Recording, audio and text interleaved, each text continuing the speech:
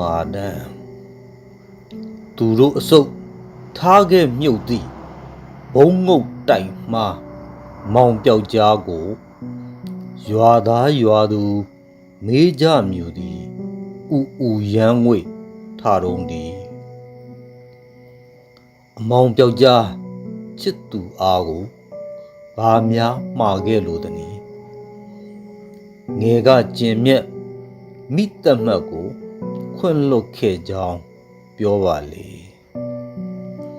အမောင်ပြောက်ကြားမိဘအားကိုဘာများမှားခဲ့လို့သနည်းမွေးသည်မိခင်မွေးဖခင်ကိုဥတင်ခဲ့ကြောင်းပြောပါလေ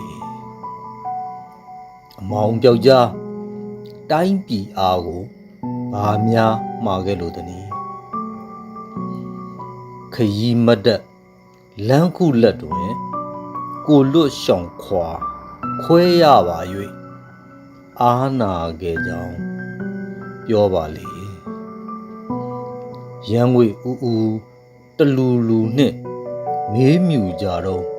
အနောက်ကုန်းတွင်နေလုံးကွယ်လေပြီတကားမင်းသူဝန်1963ခုနှစ်မတ်လမြဝတီမဂ္ဂဇင်း